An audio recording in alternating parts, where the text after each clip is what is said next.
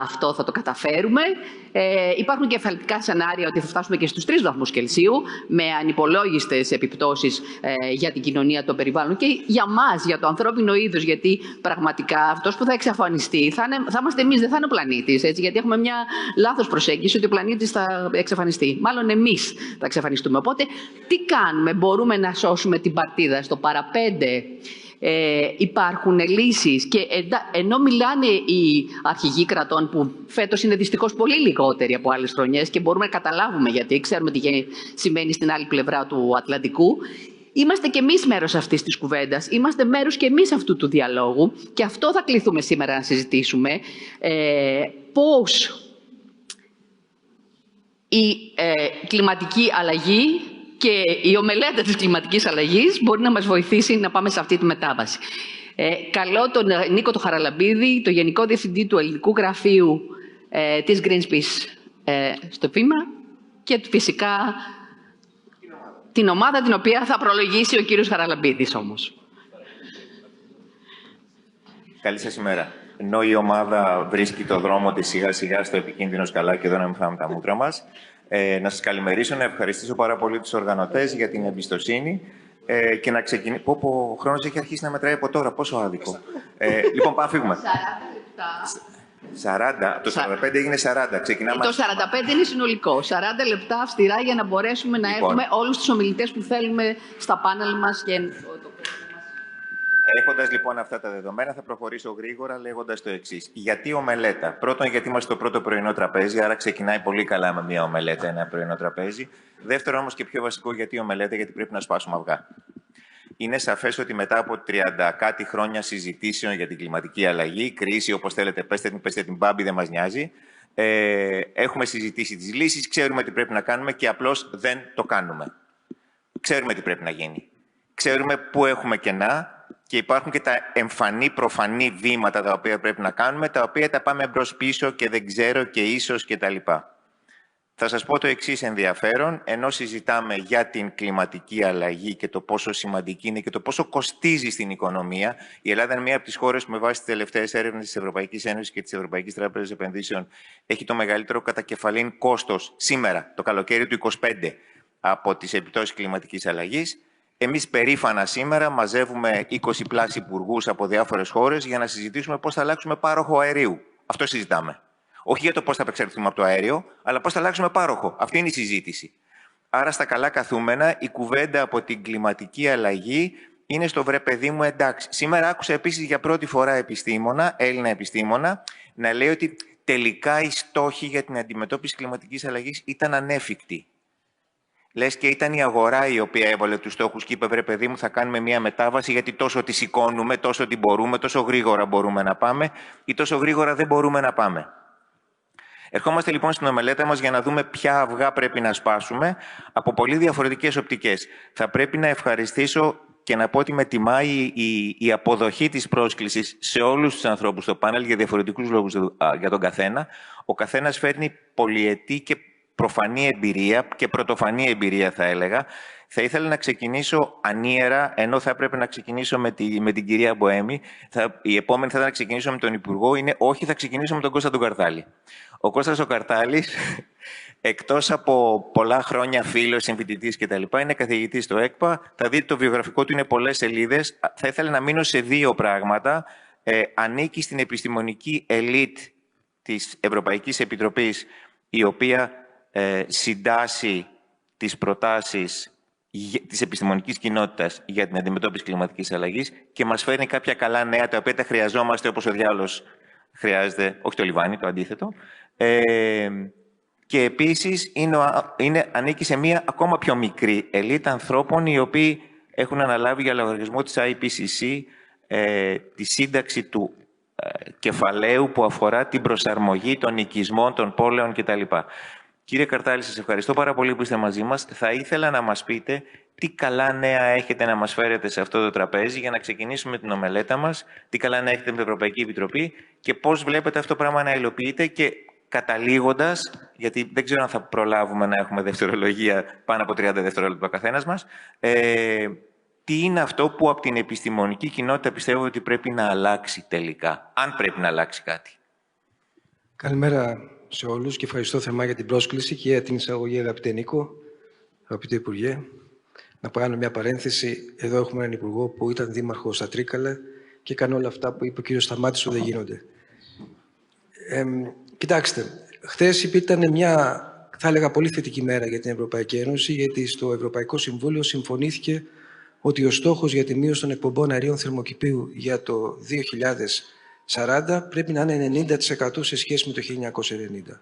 Είναι μια γενναία απόφαση που έρχεται σε μια πολύ κρίσιμη στιγμή, λίγες μέρες πριν την έναρξη της διάσκεψης στο Μπέλεμ της Βραζιλίας, την λεγόμενη COP30, έρχεται να αποδείξει ότι υπάρχει δυνατότητα από ένα τουλάχιστον θεσμικό όργανο πολυεθνικό να δρομολογήσει, να συνεχίσει την προσπάθεια για την αντιμετώπιση της κλιματικής αλλαγής και τη μετάβαση στην καθαρή ενέργεια και αντί στα ορυκτά καύσιμα.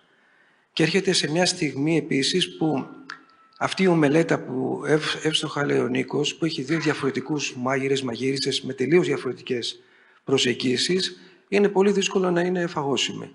Δηλαδή έχει τέτοια διαφορετικά χαρακτηριστικά λόγω της στροφής της Βόρειας Αμερικής σε μια άλλη πρακτική, σε μια άλλη προσέγγιση, θα έλεγα, πολιτική και επιστημονική, που έχει δημιουργήσει την εντύπωση, βοηθούμενη από συγκεκριμένα κέντρα πληροφόρησης, ότι η κλιματική αλλαγή μάλλον είτε είναι φιάσκο ή η προσπάθεια για την αντιμετώπιση της είναι μάταιη.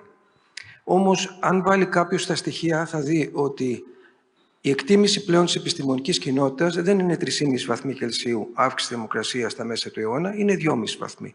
Ένας βαθμός κάτω. Σημαίνει ότι υπάρχει μια σχετική πρόοδος. Ο ρυθμός μείωσης των δασών ήταν μείον 11% το 2024. Σημαίνει ότι κάτι γίνεται. Και επίσης σε κάθε $1 που επενδύεται σε ορυκτά καύσιμα, επενδύονται $2 στην καθαρή ενέργεια. Άρα υπάρχει μια κινητικότητα. Δεν έχει χαθεί το στίχημα. Το στίχημα έχει χαθεί στο θέμα της πληροφόρησης. Και ο πολίτης προφανώς είναι μπερδεμένος. Η ομελέτα που θα χρειαστεί να φάει δεν την καταλαβαίνει. Δεν καταλαβαίνει τι γεύση έχει και τι περιεχόμενο έχει. Άρα λοιπόν, χθες η Ευρωπαϊκή Ένωση, η Συμβούλιο της Ευρωπαϊκής Ένωσης, οφείλω να πω έναν αστερίσκο ότι εκκρεμεί απόφαση του Ευρωπαϊκού Κοινοβουλίου για να εγκρίνει την απόφαση αυτή τη χθεσινή, λέει ότι θα βάλουμε στόχο 90% το 2040 και ενδιάμεσο στόχο το 2035 περίπου 70%. Αυτό σημαίνει μια πιστή μετάβαση στην καθαρή ενέργεια και σταδιακή εξάλειψη των ορυκτών καυσίμων. Είναι μόνο περιβαλλοντική έγνοια της Ευρωπαϊκής Ένωσης και κατέληξε σε αυτήν την απόφαση? Δεν είναι. Εγώ είμαι μέλος της Επιστημονικής Επιτροπής που εισηγήθηκε το 90% και μπορώ να σας πω σε κάποια άλλη στιγμή όλα όσα συνέβησαν για να ληφθεί η απόφαση και όλα όσα συνέβησαν για να μην εφαρμοστεί η απόφαση. Αλλά πάντα έχει σημασία το ρεζουμέ, το bright side. Το δεύτερο στοιχείο για να ληφθεί αυτή η απόφαση δεν είναι μόνο για να φύγουμε από τα ορυκτά καύσιμα και να γλιτώσουμε το κλίμα, είναι γιατί η Ευρωπαϊκή Ένωση θέλει να είναι ενεργειακά αυτόνομη το 2050. Ήδη μειώνει την εξάρτησή της από τη Ρωσία, αλλά την αντικαθιστά από την εξάρτησή της από τις ΗΠΑ. Φεύγοντας από τα ορυκτά καύσιμα, δεν χρειάζεται να εισαγάγει πλέον ορυκτά καύσιμα. Δεν χρειάζεται να δίνει κάθε χρόνο 700 δισεκατομμύρια ευρώ τα κράτη-μέλη μαζί για να εισαγάγει φυσικό αέριο σήμερα, χθες πετρέλαιο και φυσικό αέριο από τη Ρωσία. Και μπορεί να επενδύσει αυτή την ποσότητα, αυτό το ποσό για την υγεία, την περιφερειακή ανάπτυξη, την εκπαίδευση, τη βιομηχανία της, το εμπόριο και οτιδήποτε άλλο. Και κυρίως να είναι ενεργειακά αυτόνομη. Εγώ αυτή την ιστορία με τους αγωγούς δεν την αγοράζω εύκολα. Δεν νιώθω ασφαλή σε μια χώρα ή σε μια ευρωπαϊκό συγκρότημα που εξαρτάται από τη μεταφορά καυσίμου από μια περιοχή που είναι 5.000 χιλιόμετρα μακριά, που είναι ευάλωτη σε γεωπολιτικές κρίσεις, που είναι ευάλωτη σε αλλαγές πολιτικών, όπως αυτή που έγινε στη Βόρεια Αμερική. Χρειάζεται να έχει αυτονομία.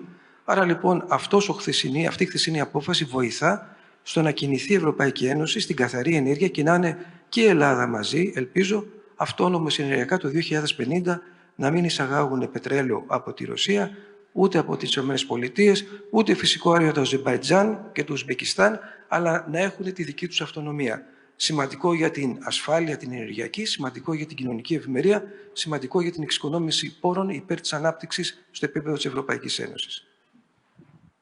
Κώστα, σε ευχαριστώ πάρα πολύ. Ξεκινήσαμε πολύ ωραία με μια ομελέτα η οποία μπορεί να μην είναι νόστιμη, όπως είπες, αλλά τουλάχιστον να δούμε ποια είναι τα αισθητικά της και τι δίνει το καθένα. Υπουργέ, αγαπητέ Δημήτρη, σε ευχαριστώ πρώτα απ' όλα που είσαι εδώ. Δεν θα μιλήσουμε ούτε για ταχυδρομεία, δεν θα μιλήσουμε ούτε για ΟΠΕΚΕΠΕ, θα αποφύγουμε όλα αυτά τα πράγματα. Σκεφτόμουν πως ερχόμουν να σου έλεγα να σου στείλω ένα γράμμα και γελούσα μόνος μου. Έχοντας την εμπειρία μέσα από την κυβέρνηση, αλλά και κυρίως την εμπειρία ως δήμαρχος, έχοντας παίξει ένα ρόλο κομβικό στο να επενδύσει η πόλη σου σε δράσεις ουσιαστικές και όχι απλώς επικοινωνιακές για την κλιματική αλλαγή, στο να αλλάξει η μορφή της πόλης, στο να μπουν οι πολίτες μέσα σε αυτό το σχεδιασμό, στο να φτιαχτούν καινούργια κτίρια, να πάρεις καινούργια παλιά κτίρια διατηρητέα και να τα κάνεις παθητικά. Είναι πράγματα που δεν έχουν γίνει σε άλλες πόλεις. Μια συζήτηση είναι γιατί δεν έχουν γίνει σε άλλες πόλεις, αλλά αυτό είναι για το επόμενο, η TEDx ή Effective Dialogues ή δεν ξέρω τι. Τι είναι αυτό που πρέπει να αλλάξει, ποια είναι τα αυγά που πρέπει να σπάσουν για να αλλάξει αυτό το μυρμύρ, αυτό το πάω, κάνω ένα βήμα μπροστά, 3 βήματα πίσω, γύρω-γύρω σε ένα πρόβλημα το οποίο μας ξεπερνάει. Λέει ο Κώστας πάρα πολύ σωστά ότι δεν πρέπει να το φοβηθούμε, γιατί έχουμε λύσεις και βλέπουμε τα αποτελέσματα. Απλώς μας τρομάζει κάθε τόσο οποιοδήποτε. Έχουμε χάσει επικοινωνιακά, είναι σαφές αυτό. Οποιαδήποτε επικοινωνία λέει: παιδιά, δεν γίνεται, θα πάμε στους 3,5, στους 5, στους 8 βαθμούς, κόλαση κτλ. Οδηγεί σε παραίτηση. Τι είναι αυτό που, κατά τη γνώμη σου, πρέπει να αλλάξει, είτε σε επίπεδο κεντρικής κυβέρνησης, είτε σε επίπεδο τοπικής αυτοδιοίκησης? Ποια είναι τα αυγά που πρέπει να σπάσουν? Γιατί είναι σαφές ότι με τον τρόπο που πάμε μέχρι τώρα δεν φτάνει. Καταρχάς, καλημέρα και ευχαριστώ πάρα πολύ και χαίρομαι πάρα πολύ που είμαι μαζί σας. Δεν το έχανα με τίποτε, παρότι όντως αργότερα εξού και η γραβάτα απέναντι στο Ζάπιο θα βρεθούμε να μιλήσουμε για τεχνολογία και ενέργεια.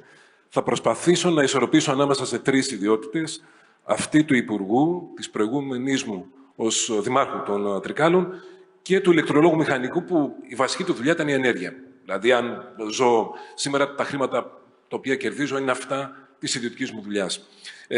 Όντως, παρότι θα μπορούσαμε να πούμε διάφορα ευχαιολογήματα για τα ΕΛΤΑ, του στυλ το πας στο γράμμα κλπ. Δυστυχώς η ιστορία των ΕΛΤΑ δεν είναι τόσο χαρούμενη, αλλά δεν είναι και δική μου αρμοδιότητα για να σας πω περισσότερα. Πάμε λοιπόν να δούμε ποια άλλα αυγά πρέπει να σπάσουμε. Το ένα κομμάτι είναι αυτό το οποίο ακριβώς ανέφερε ο Κώστας. Το άλλο κομμάτι είναι εμείς, στα δικά μας αυγά, αυτά τα οποία έχουμε στο ψυγείο μας, αν έχουμε σκοπό και όρεξη να τα σπάσουμε. Θέλω να πω με αυτό ότι το παράδειγμα, το βιωματικό τελείως παράδειγμα το οποίο είσαι στα Τρίκαλα, μου λέει το εξής, ότι αν δεν αλλάξουν οι κοινωνίες μας, και οι κοινωνίες για να αλλάξουν θέλουν ανθρώπους οι οποίοι θα δείξουν τον δρόμο για να αλλάξουν, θα βγουν πρώτα μπροστά εκείνοι ή εκείνες και θα δείξουν το τι πρέπει να γίνει, δεν πρέπει να αλλάξουν ποτέ. Συνεχίζω να πηγαίνω και σήμερα, κάθε μέρα, στο Υπουργείο με τα πόδια. Μένω περίπου 45-50 λεπτά μακριά από το Υπουργείο Ψηφιακής Διακυβέρνησης. Δεν έχω πάει ποτέ με αυτοκίνητο στο Υπουργείο.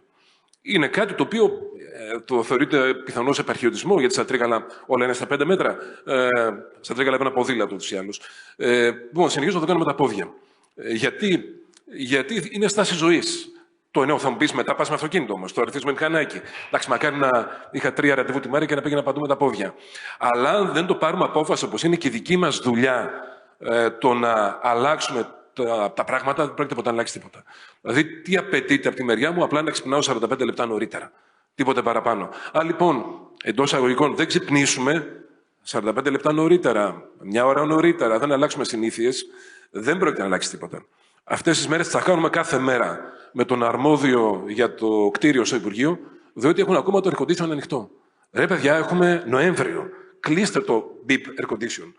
Ανοίξτε τα παράθυρα. Σηκωθείτε λίγο, κουνήστε τον ποπό σας, πάτε, ανοίξτε τα παράθυρα. Δεν χρειάζεται να έχουμε air condition ανοιχτό. Δεν θα αλλάξει και πάλι η ροή των πραγμάτων επειδή το Υπουργείο Ψηφιακής Διακυβέρνησης θα κλείσει το air condition τον Νοέμβριο.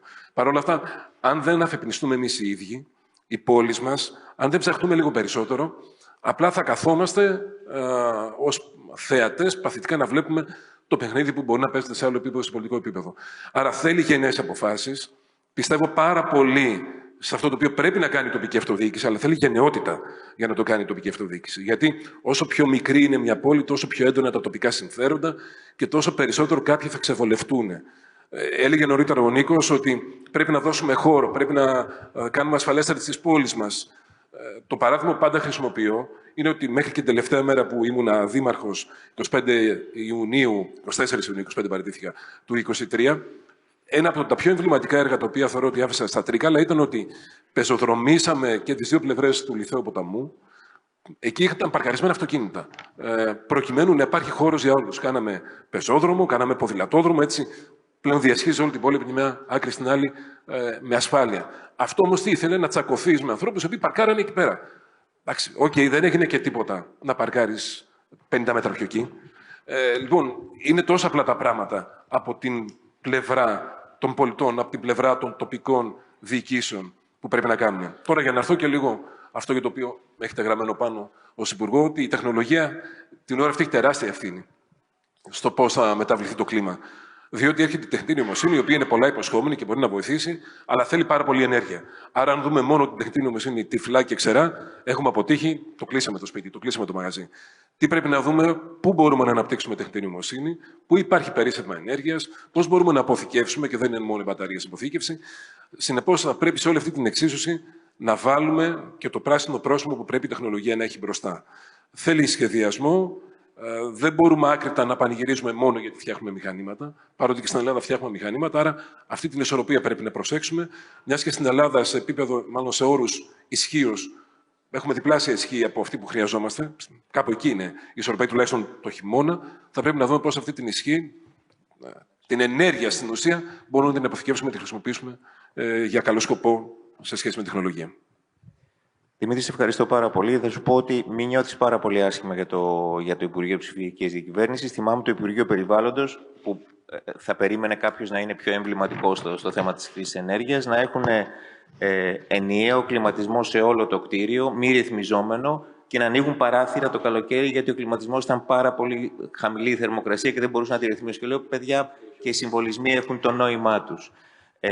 Και ενδιαφέρον επίσης αυτό που βάζει στο τραπέζι, ότι η τεχνολογία είναι απαραίτητη, αλλά θα πρέπει να δεις το μέτρο, θα πρέπει να δεις πού χρειάζεται, πώς την αξιοποιείς σοφά, σωστά κτλ.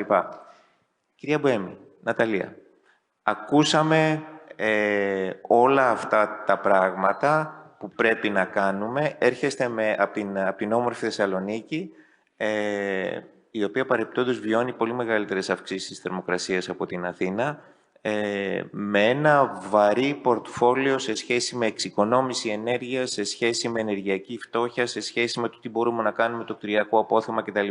Και το βάζω στο τραπέζι εμβόλυμα, γιατί μέχρι στιγμή συζητάμε για το πώς θα παράξουμε ενέργεια. Όχι το πώς θα αποφύγουμε τη χρήση ενέργειας, όχι πώς θα χρειαστούμε λιγότερη ενέργεια.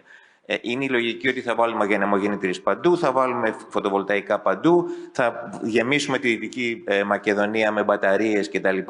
Θα φτιάξουμε data centers και λες, τα χρειαζόμαστε όλα αυτά, όπως είπε ο Υπουργός πριν, τα χρειαζόμαστε όλα, ή πώς μπορούμε, τι είναι αυτό που πρέπει να κάνουμε στο κομμάτι της εξοικονόμησης, για να μειωθούν οι ανάγκες σε ενέργεια, για να δούμε το κομμάτι της κλιματικής αλλαγής με ένα διαφορετικό πρόσημο. Γιατί έχει πολλά περιθώρια βελτίωσης. Θα ήθελα και εγώ με τη σειρά μου να σας ευχαριστήσω για την πρόσκληση. Είναι χαρά μου που είναι σε αυτό το πάνελ. Δηλαδή, τους ξέρω όλους τους ανθρώπους και πολλά χρόνια καλώς και τους παρακολουθώ. Και όπως είπατε και εσείς, είμαι σαν τη μύγα μες στο γάλα. Λοιπόν, από τη δική μου πλευρά και δεδομένου ότι πλέον έχω πάνω από 10 χρόνια εμπειρία στο κομμάτι της ενεργειακής φτώχειας και είμαι σε ένα Ινστιτούτο που ουσιαστικά προτάσει την προτεραιότητα στην ενεργειακή απόδοση. Άρα, όταν ερχόμαστε και όταν μιλάμε για εξοικονόμηση ενέργειας, θα πρέπει πρώτα να βρούμε τρόπους έτσι ώστε να μην καταναλώνουμε ενέργεια. Γιατί μπορεί να ακουστεί λιγάκι τετριμμένο, αλλά η πράσινη ενέργεια είναι η ενέργεια που δεν καταναλώνουμε. Επομένως, θα πρέπει να ξεκινήσουμε από αυτό. Δηλαδή, ουσιαστικά, αυτό που είπαν όλοι, να εκπαιδεύσουμε τους εαυτούς μας με τρόπους, έτσι ώστε να μην την καταναλώνουμε αυτή την ενέργεια. Ένα πολύ ωραίο χαρακτηριστικό, ένα χαρακτηριστικό παράδειγμα, ήταν αυτό που έκανε ο Δήμος Ηρακλείου πριν κάποια χρόνια, χωρίς καν να το ξέρει. Ουσιαστικά τι έκανε, δημιούργησε κάποιους ενεργειακούς επιθεωρητές, πήγαινε από σπίτι σε σπίτι, βοηθούσε ευάλωτους καταναλωτές να εξοικονομήσουν ενέργεια και τα αποτελέσματα τι έδειξαν? 11% μείωση της κατανάλωσης ενέργειας χωρίς να αλλάξουν τίποτα. Απλά αλλάζοντας συνήθειες.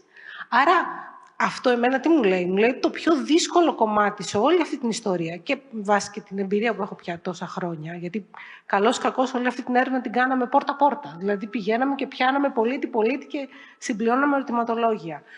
Είναι ότι πρέπει πρώτα να ενημερώσουμε τους ίδιους πώς μπορούν να μην καταναλώνουν ενέργεια και με ποιο σκοπό, με ποιο τρόπο.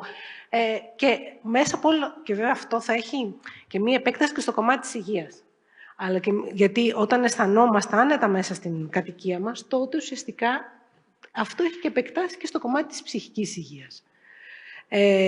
Χαρακτηριστικό παράδειγμα είναι το ότι όταν πήγαμε να κάνουμε την απογραφή σε κάποιες πολυκατοικίες αμπελόκηπους στη Θεσσαλονίκη, ήταν εργατικές κατοικίες, οι άνθρωποι οι οποίοι δεν είχαν τεχνογνωσία πώς θα μπορούσαν να μην καταναλώνουν τόσο πολύ ενέργεια, ή θα μπορούσαν να θερμάνουν, να ψήξουν συγκεκριμένους χώρους, ή πώς θα μπορούσαν ακόμα και να μετακινήσουν τη ροή του αέρα, το κλιματιστικό τους, από το ένα δωμάτιο στο άλλο. Απλά βάζοντας έναν νεμιστήρα από κάτω. Δηλαδή, απλή πρακτική που κανένας όμως δεν το σκέφτηκε.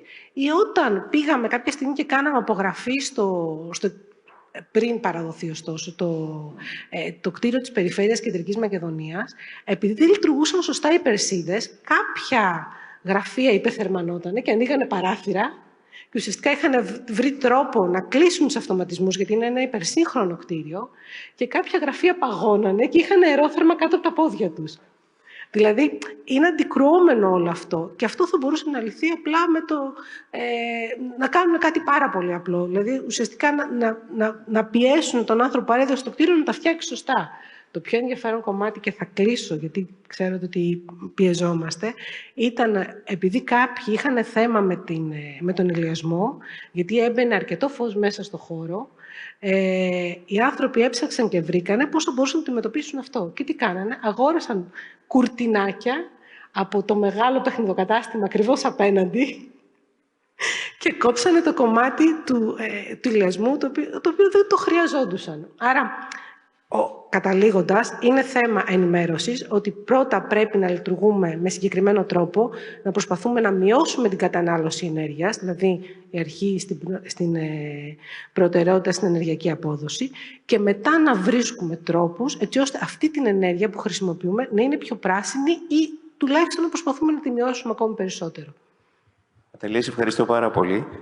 Βάζεις μια νέα διάσταση και αυτή έχει να κάνει, θα το ονομάσω έτσι συμβολικά, το πόρτα-πόρτα.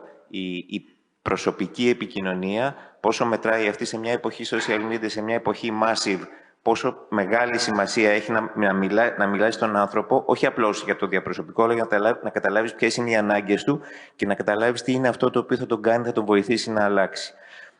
Τα γραφεία ενεργειακών συμβουλών στους Δήμους, θα πρέπει να σας ομολογήσω ότι είναι μια ιδέα 30-40 ετών. Όταν πριν από στα τέλη της δεκαετίας του 90 προωθούσαμε ως Greenpeace την εξοικονόμηση ενέργειας. Τότε γιατί είμαστε περίεργοι εμείς και ψάχναμε να βρούμε λάμπες εξοικονόμησης για να αντικαταστήσουμε τις συμβατικές λάμπες πυρακτώσεως. Δεν υπήρχαν στην αγορά. Βρέθηκα σε μια συνάντηση στην Αγγλία και πήρα τέτοιες λάμπες από ένα γραφείο δημοτικό το οποίο παρήχε ενεργειακές συμβουλές εξοικονόμησης στους πολίτες. Τους έδινε τζάμπα λάμπες γιατί ήταν πιο φτηνό για όλους, αντί να έχουν πυρηνικούς σταθμούς ή ότι είχαν κάρβουνο κτλ. Drill baby drill. Για καθαρά οικονομικούς λόγους. Δεν υπήρχε κλιματική πολιτική από πίσω ή κάτι.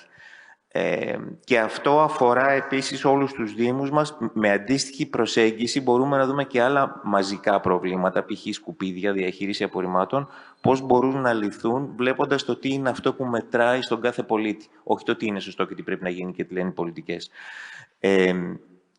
Γυρνάω με πολύ αγάπη στον τελευταίο ομιλητή του τραπεζιού, στο Γιάννη τον Τζιπουρίδη. Έχει στο παλμαρές του πάρα πολλά πράγματα.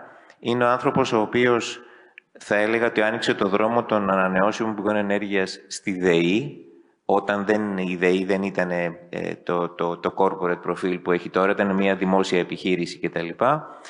Είναι ο άνθρωπος ο οποίος μίλησε για την ανάγκη να προχωρήσουμε στα αιωλικά και τα φωτοβολταϊκά. Είναι ο άνθρωπος ο οποίος συγκρούστηκε με τους φίλους του και τους πρώην συνεργάτες του στον χώρο των ανανεώσιμων, όταν αυτό φάνηκε να αναπτύσσεται, να εξελίσσεται σε μία απλώς πράσινη μπίζνα, χωρίς να συνδέεται με αυτό που έλεγε η Ναταλία πριν, ποιες είναι οι ανάγκες, πώς θα μειώσουμε την ενεργειακή την κατανάλωση, πώς θα μειώσουμε τη ζήτηση πρακτικά, ώστε να έχουμε τις απαραίτητες υποδομές κτλ. Και τώρα μας έρχεται από την εξωτική Μομπάσα, αλλά θέλω τη δική σου οπτική, έχοντας ζήσει μέσα την ανάπτυξη των ΑΠΕ κτλ. Τι είναι αυτό που θα πρέπει να αλλάξει σήμερα. Δεν βάζω καν, δεν χρειάζεται, γιατί το ξέρεις καλύτερα από μένα, ότι αυτή τη στιγμή σε επίπεδο κοινωνίας, για την ελληνική κοινωνία, ίσως σε πιο μεγάλο βαθμό από ό,τι σε άλλες, υπάρχει ένας υψηλός βαθμός τοξικότητας στην κοινωνία απέναντι στις παιδί μου, αυτά τα οποία δεν χρειάζονται, δεν δουλεύουν, μας τα φέρνουν οι Γερμανοί, ποιος είναι ο κύκλος ζωής τους. Δηλαδή έχουμε ακούσει, είναι επόμενο συνέδριο αυτό. Γιάννη. Γεια σας. Καταρχάς, ευχαριστώ πάρα πολύ για την πρόσκληση και εγώ. Όχι, Μομπάσα και Έννοια γενικά. Και είστε καλοδεχούμενοι όποτε περάσετε από εκεί. Για να απαντήσω σε αυτή την ερώτηση, αλλά θέλω να πω άλλα εγώ παρόλα αυτά. Αυτό δεν είναι το θέμα. Νομίζω, όπως είπαν και νομίζω ο Κώστας το είπε πριν, ήδη οι ανανεώσιμες πηγές σημειώνουν μεγάλη ανάπτυξη. Πολύ μεγάλη ανάπτυξη. Δυστυχώς δεν είναι αρκετή. Θα πω κάτι που θα έλεγα στο τέλος, θα το πω τώρα.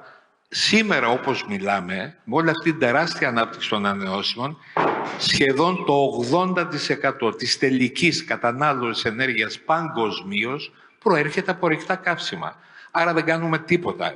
Απλώς τρώμε ξύλο, γιατί είμαστε πολύ αντιαισθητικά, δεν είμαστε αποδεκτοί, ως ανεμογεννήτρες και φωτοβολταϊκά. Ο Τραμπ τα έχει βάλει ιδιαίτερα τις ανεμογεννήτρες στο μάτι. Αλλά γενικά δεν έχουμε κάνει την ζημιά, σε εισαγωγικά ή χωρίς, που θα έπρεπε να έχουμε κάνει στα ορυκτά καύσιμα. Οπότε θα γυρίσω αυτό που θέλω να πω εγώ, για τα αυγά που θέλουν να σπάσουμε. Σιγά μη σου άλλαζα μυαλό. Και δεν είναι αυγά, είναι κεφάλια που πρέπει να σπάσουμε. Πριν 2 μέρες δημοσιεύτηκε η φετινή έκθεση, το Emissions Gap Report του 2025. Αυτό βγαίνει κάθε χρόνο και μας δείχνει μας δείχνει τη διαφορά που έχουν οι εκπομπές από τις εκπομπές που θα έπρεπε να είχαμε. Θα σας πω τον τίτλο της έκθεσης, που είναι off target, εκτός στόχου. Όλες οι εκθέσεις έχουν κάτι πιασάδικους τίτλους, προσπαθούν οι άνθρωποι για να τραβήξουν την προσοχή, αλλά η ουσία είναι αυτή, ότι είμαστε εκτός στόχου. Και πόσο εκτός στόχου? Πέρσι αυξηθήκανε πάλι οι εκπομπές κατά 2,3%.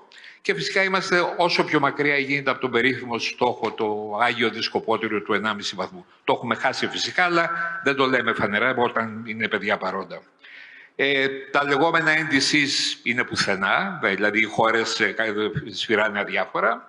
Και αυτό το σημείωσα. Σε καμιά NDC που έχει υποβληθεί δεν υπάρχει ούτε καν χρονοδιάγραμμα κατάργηση παραγωγής ορυκτού αερίου και ορυκτού πετρελαίου φυσικά. Και με τον τρέχοντα αριθμό οδεύουμε για 2,8 βαθμούς ζωή να έχουμε. Άρα δεν είμαστε μόνο εκτός στόχου, εγώ θέλω να πω ότι είμαστε και εκτός χρόνου. Και θα αυτό προσδαβήσω, θα μου επιτρέψετε γέρος άνθρωπος να κοιτάω και τα χαρτιά μου, τα θυμάμαι όλα απ' έξω. Λοιπόν, το διοξείδιο του άνθρακα σχετίζεται με τα ορυκτά καύσιμα. Το ξέρετε αυτό. Ξέρετε επίσης ότι οι εκπομπές αυξάνονται χρόνο με τον χρόνο. Και αυξημένη εκπομπή CO2 σημαίνει υπερθέρμανση του πλανήτη. Οι ελπίδες για μείωσή του που είχαμε τα τελευταία χρόνια χαθήκαν όταν η φιλοσοφία Drill Baby Drill κέρδισε τις εκλογές στην Αμερική, και ότι είναι ξεκάθαρο ότι υπάρχει σαφής στροφή μεγάλων εταιριών στα ορυκτά καύσιμα, και το βλέπετε στα headlines, θα πω μετά γι' αυτό. Η συγκέντρωση, όταν εγώ γεννήθηκα στα 312 μέρη ανά εκατομμύριο συγκέντρωσης διοξειδίου του άνθρακα. Σήμερα έχουμε 425. Χαίρομαι γιατί και ο Δήμαρχος ο Χάρης το υιοθέτησε αυτό σε μια ανάρτηση που έκανε. Αυξάνεται το άτιμο, δεν μειώνεται. Και ο στόχος της συγκράτησης για 1,5 βαθμό, και η Συμφωνία του Παρισιού δεν μιλάει για 1,5, λέει για κάτω από 2 και αν μπορούμε κοντά στο 1,5. Αυτό φυσικά έχει χαθεί. Η ουσία είναι ότι ξέρουμε αυτή τη στιγμή ότι τόσο διοξείδιο που έχουμε στην ατμόσφαιρα ισοδυναμεί με αυτή την αύξηση της θερμοκρασίας. Είναι λίγο πολύ 3 το λάδι, 3 το ξύδι. Μπορούμε να έχουμε έναν προϋπολογισμό διοξειδίου του άνθρακα. Άρα να υπολογίσουμε πόσο διοξείδιο του άνθρακα μας παίρνει ακόμη να προσθέσουμε για να ξεπεράσουμε το 1,5 βαθμό. Μετρημένα τα κουκιά είναι 250 γιγατόνι διοξειδίου του άνθρακα, και με το σημερινό ρυθμό εκπομπών, όσο και αν μειωθούν, μιλάμε για 6 χρόνια. Σε 6 χρόνια θα έχει κλείσει ο 1,5 βαθμός επίσημα. Πάμε παρακάτω. Το περίφημο Net Zero. Το περίφημο Net Zero που κατά γνώμη μου είναι μια πολύ μεγάλη παγίδα και θα εξηγήσω γιατί. Τι κάνει το Net Zero? Κάνει ισοσκέληση εισρώων και εκρώων. Είναι σαν και εμένα να ξοδεύω όσες θερμίδες τρώω με όσες καταναλώνω. Θα μείνω χοντρός, δεν πρόκειται να δυνατήσω. Αυτό συμβαίνει και είναι και το Net Zero. Θα μειώσουμε τις εκπομπές, αλλά δεν φτάνει να ισοσκελίσουμε τις εκπομπές με τις εκροές σε sinks, αλλά θα πρέπει να κάνουμε και κάτι άλλο. Θα πρέπει να μειώσουμε αυτό που υπάρχει εκεί πάνω. Το Net Zero που υπάρχει αυτή τη στιγμή, να το δούμε χρονικά, οι στόχοι είναι η Ευρωπαϊκή Ένωση σε 25 χρόνια, η ΗΠΑ σε 25 χρόνια, η Κίνα σε 35 χρόνια, η Ρωσία σε 35 χρόνια, η Ινδία σε 45 χρόνια. Είχαμε πει για 6 χρόνια, άρα το έχουμε χάσει το κορμί που έλεγε. Και το που νομίζω τα πράγματα δεν γίνονται χειρότερα, είναι όντως χειρότερα, και θα σας δώσω μια πληροφορία που και εγώ δεν την πολύ ήξερα, αλλά υπάρχει. Είναι το απέθαντο διοξείδιο του άνθρακα. Το διοξείδιο του άνθρακα είναι ένα περίεργο ζώο, όπως γράφει η βιβλιογραφία που διάβασα. Ζει από 300 έως 1000 χρόνια εκεί που το στέλνουμε. Με άλλα λόγια, ό,τι διοξείδιο έχουμε εκπέμψει από την αρχή της βιομηχανικής επανάστασης είναι ακόμη εκεί πάνω και μας καίει τα καλοκαίρια. Και ό,τι διοξείδιο εκπέμπουμε από τώρα μέχρι τις επόμενες δεκαετίες θα καίει τα δισέγγωνα των δισέγγωνών μας. Άρα η ουσία είναι η αφαίρεση. Και αυτό μπορεί να γίνει καταρχάς με το να μειώσουμε την παραγωγή κατά 48%, λένε οι επιστήμονες, τα επόμενα χρόνια μέχρι να φτάσουμε το 2030. Προφανώς και δεν θα γίνει, αλλά αυτό είναι που πρέπει να γίνει. Άρα μιλάμε να κλειδωθεί αυτή η αύξηση θερμοκρασίας για αιώνες. Για αιώνες. Η ουσία πρέπει να μειωθεί η συγκέντρωση που υπάρχει ήδη εκεί πάνω. Οι μέθοδοι που υπάρχουν ως τώρα είναι για γέλια, ιδίως αυτή η περίφημη carbon capture and storage, οι οποίες έχουν συμβάλει 0,1% στην απορρόφηση. Μόνο οι φυσικές απορροφήσεις δουλεύουν, έχουν αυξηθεί, αλλά πάλι είναι στο 5%. Έχουμε πολύ δρόμο. Να πω κι άλλα, να σταματήσω το πώς είμαι. Λέω φτάνει. Μας έριξες αρκετά. Να πω ότι υπάρχει, ουσιαστικά μιλάμε για τετραπλή πλανητική κρίση, κλιματική κρίση, βιοποικιλότητα, ρήπανση του περιβάλλοντος και προσφυγική κρίση. Οι προβλέψεις μιλάνε για 1 δισεκατομμύριο πρόσφυγες το 2050. Θα πέσουν έξω, μακάρι. Φανταστείτε το, μπορεί να είμαστε κι εμείς. Σταματάω για την ώρα. Γιάννη, σε ευχαριστώ πάρα πολύ. Αρχίζω να ανησυχώ γιατί η ομελέτα αυτή αρχίζει στην αρχή από περίεργες γεύσεις να βγαίνει πικρή στο τέλος. Ελπίζω το επόμενο τραπέζι να φτιάξει κάτι για να την ισορροπήσει. Αυτό που έβαλε ο Γιάννης για μένα είναι δύο σημαντικά στοιχεία. Το ένα, πρώτο, να ξεκαθαρίσω τι είναι τα NDCs. Είναι τα εθνικά σχέδια τα οποία θα πρέπει να αποτυπώνουν το πώς θα πετύχουμε αυτούς τους στόχους. Άρα, το πώς θα περάσουμε από την παπάντζα και την υπόσχεση χωρίς κόστος σε χρονοδιαγράμματα και συγκεκριμένες ενέργειες που λέει με αυτό και με αυτόν τον τρόπο του χρόνου θα μειώσουμε τόσο τις 100 τις εκπομπές, του παραχρόνου τόσο, ώστε να πετύχουμε τους όποιους στόχους. Αυτό υπάρχει τεράστια δυσκολία από τις χώρες. Απροθυμία, δεν είναι τεχνική η δυσκολία. Υπάρχει τεράστια απροθυμία από τις χώρες και της Ευρωπαϊκής Ένωσης να μπουν σε αυτό, και τη δικιά μας, μην πάμε μακριά, μην το χρεώνουμε στις κακές Βρυξέλλες. Οι εθνικές κυβερνήσεις αρνούνται να μπουν σε μια τέτοια διαδικασία. Το δεύτερο στοιχείο το οποίο μας βάζει επίσης ο Γιάννης είναι ότι το διοξείδιο του άνθρακα είναι εκεί πέρα. Είναι ένας αυστηρός κριτής. Δεν πάει να βαράμε το κεφάλι μας κάτω και να οργανώνουμε συνέδρια CSR και δεν ξέρω τι κτλ. Καθώς αυξάνεται, μένει εκεί και θα μένει και για τις επόμενες γενιές. Πάμε να πάρουμε μια ανάσα. Κώστα, γυρνάμε στο θετικό κομμάτι, προσπαθώντας να ισορροπήσουμε λίγο και τις γεύσεις. Η επιστήμη κάνει όσο μπορεί καλύτερα τη δουλειά της. Τι είναι αυτό που κατά τη γνώμη σου θα πρέπει να αλλάξει σαν προσέγγιση από την πλευρά της επιστήμης, όχι για να μετριάσει τη διαφορά που υπάρχει ανάμεσα στο πού πρέπει να πάμε και στο πού βρισκόμαστε σήμερα, αλλά για να το επιταχύνει.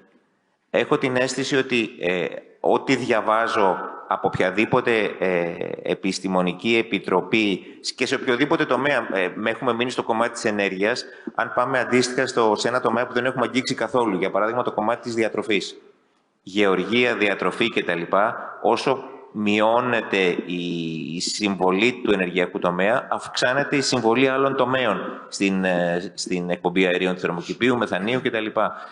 Τι είναι αυτό που θα πρέπει να αλλάξει κατά τη γνώμη μου στην προσέγγιση μας, ώστε να επιταχύνουμε το αυτονόητο γιατί ούτως ή άλλως αυτό το οποίο αφορά η κλιματική αλλαγή δεν είναι το μέλλον του πλανήτη. Αφορά εμάς. Αφορά τη δική μας υγεία, το δικό μας ευζήν, γιατί ο πλανήτης θα συνεχίσει να υπάρχει. Έχει συνεχίσει να υπάρχει και η ζωή έχει υπάρξει στον πλανήτη με πολύ διαφορετικές και πολύ χειρότερες συνθήκες. Άρα για το τομάρι μας μιλάμε πρακτικά. Και δεν μιλάμε για κάτι που θα γίνει το 2100. Μιλάμε για κάτι που θα γίνει σήμερα, αύριο, μέσα στα επόμενα λίγα χρόνια. Νίκο, η επιστήμη πρέπει να είναι αυστηρή, αλλά πρέπει να είναι και αισιόδοξη. Εγώ έχω μια βασική αρχή σε όλη μου την επιστημονική δουλειά. Always look at the bright side. Ότι υπάρχουν λύσεις που να αντιμετωπίσουν το πρόβλημα. Δεν έχει χαθεί το στοίχημα έχει δυσκολέψει, αλλά αν φύγουμε από αυτή την αίθουσα με το σκεπτικό ότι όλα έχουν χαθεί, ότι το CO2 θα μας κατακυριεύσει σε βάθος αιώνων, δεν υπάρχει λόγος να ασχοληθούμε. Άρα λοιπόν η επιστήμη οφείλει να διαμορφώνει ένα κλίμα αισιοδοξίας στον πολίτη, όχι κρύβοντας την πραγματικότητα, αλλά αποτυπώνοντας παράλληλα τις λύσεις που χρειάζονται για να αντιμετωπιστεί το πρόβλημα. Και λύσεις υπάρχουν, τις ξέρουμε, τις προβάλλει η επιστήμη, δεν πείθει πάντα. Ακόμα και αυτοί που πιστεύουν στις λύσεις έχουν πολλές φορές άλλα συμφέροντα για να μην τις υλοποιήσουν, άρα πρέπει να είναι ταυτόχρονα και επίμονοι. Να λέει την πραγματικότητα. Και ξέρετε, πρέπει να τη λέει πάντα, ανεξαρτήτως αν αυτή η άποψη συχνά πολιτικοποιείται.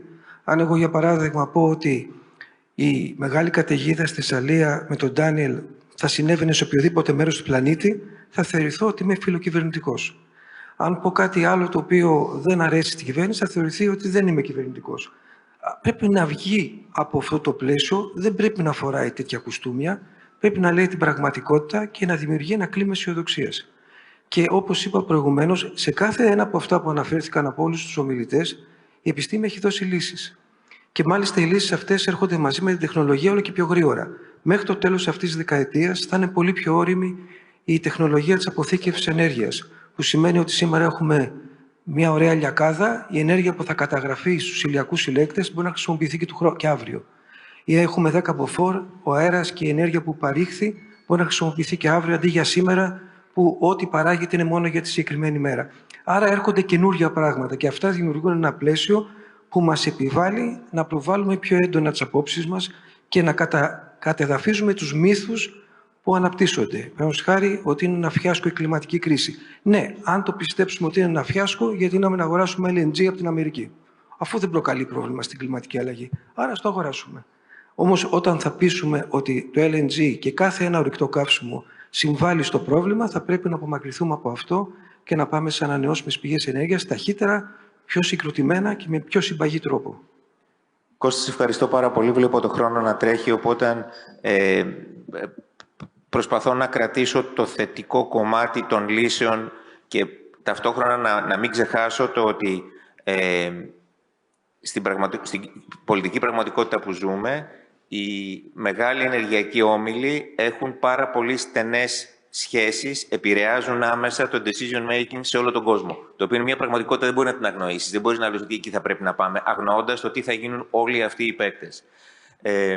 Δημήτρη, μέσα σε ένα λεπτάκι, με αυτά τα δεδομένα και με δεδομένο το πολιτικό σκηνικό όπως είναι, δεν μπορούμε να το αρνηθούμε, ούτε μπορούμε να το οροποιήσουμε και να το αλλάξουμε σε μία μέρα.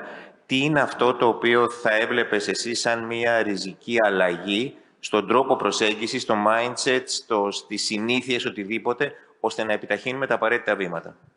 Λοιπόν, επειδή ο χρόνος τρέχει και βλέπω να τρέχω κι εγώ για να προλάβω την επόμενη εκδήλωση, να σας πω ότι αυτό το οποίο νομίζω στο πρέπει να επενδύσουμε είναι το πώς αλλάζουμε απόψεις στην κοινωνία, πώς την κάνουμε να έρθει μαζί μας και κυρίως στα σχολεία. Πολύ κοινότυπο αυτό το οποίο λέω, αλλά το είδα να συμβαίνει ότι πιο δύσκολα άλλαζε άποψη ένας πολίτης στον Τρικάλωνο που είχε ήδη μια διαμορφωμένη άποψη για το πώς θα κινείται, πού θα παρκάρει, τι θα τρώει, πώς θα συμπεριφέρεται ως πολίτης ενεργειακά σε σχέση με τα παιδιά. Άρα όσο μπορούμε πιο βιωματικά να δείξουμε ποιος είναι ο δρόμος. Να εξηγήσουμε ότι τελικά στο χέρι μας είναι να αναστρέψουμε στο βαθμό που μπορούμε όλη αυτή την πορεία. Γιατί όντως είναι αυτό το οποίο είπες, Νίκο, εμείς κινδυνεύουμε. Ο πλανήτης και χωρίς εμάς με χαρά θα είναι. Νομίζω θα είναι και καλύτερα, ναι, ακριβώς. Οπότε, να κάνουμε αυτή την αλλαγή και επειδή οι πολύ μεγάλες αλλαγές είναι δυσκίνητες, να ξεκινήσουμε να κάνουμε τις αλλαγές από μικρές κοινωνίες, από την αυτοδιοίκηση και πώς μπορούμε να δώσουμε εργαλεία στην αυτοδιοίκηση, να κινηθεί. Αλλά εκεί θέλει σοβαρότητα και από τις δύο πλευρές. Και από την κεντρική εξουσία, αλλά και από την αυτοδιοίκηση που πρέπει να καταλάβει το διακύβευμα των καιρών. Δημήτρη, σε ευχαριστώ πάρα πολύ. Ναταλία, το 2013, αν θυμάμαι καλά, ήταν το turning point, το σημείο στο οποίο οι παγκόσμιες επενδύσεις σε ορυκτά καύσιμα υπερσκελίστηκαν από τις επενδύσεις σε ανανεώσιμες πηγές ενέργειας. Άρα με καθαρά οικονομικούς όρους, ξεχνώντας την κλιματική αλλαγή, υπάρχει οικονομικό ενδιαφέρον εκεί, η απογείωσή του συνεχίζεται. Η ερώτηση είναι τι χρειάζεται για να κάνουμε, για να δούμε κάτι αντίστοιχο για την εξοικονόμηση. Σε ένα λεπτό. Σε ένα λεπτό, ακριβώς.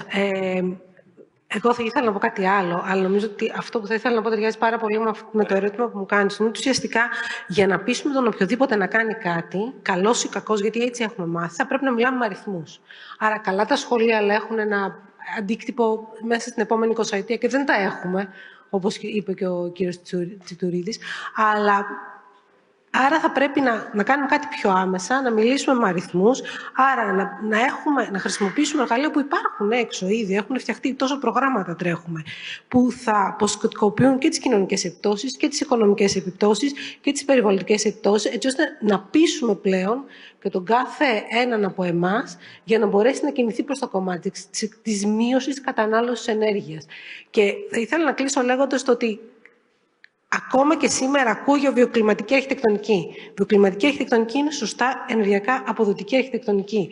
Άρα θα πρέπει να εξυγχρονίσουμε και τις γνώσεις μας για να μπορέσουμε να καταφέρουμε όλο αυτό που θέλουμε να κάνουμε. Να μειώσουμε την κατανάλωση ενέργειας. Ακριβώς.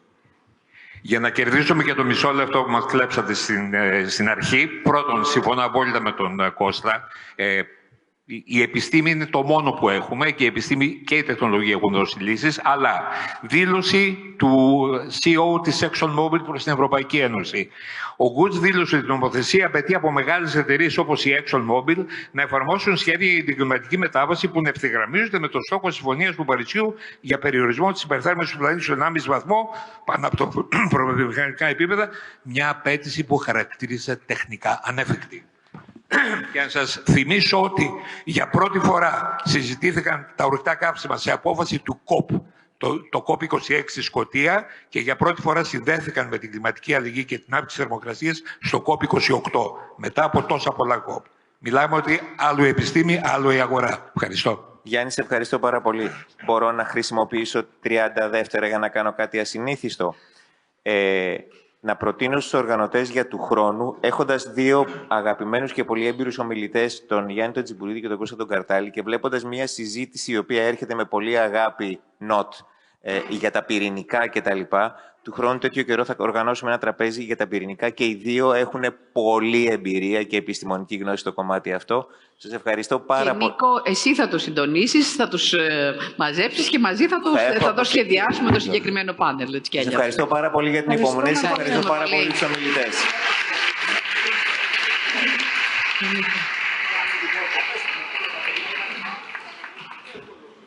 Σιγά σιγά. Ελάτε.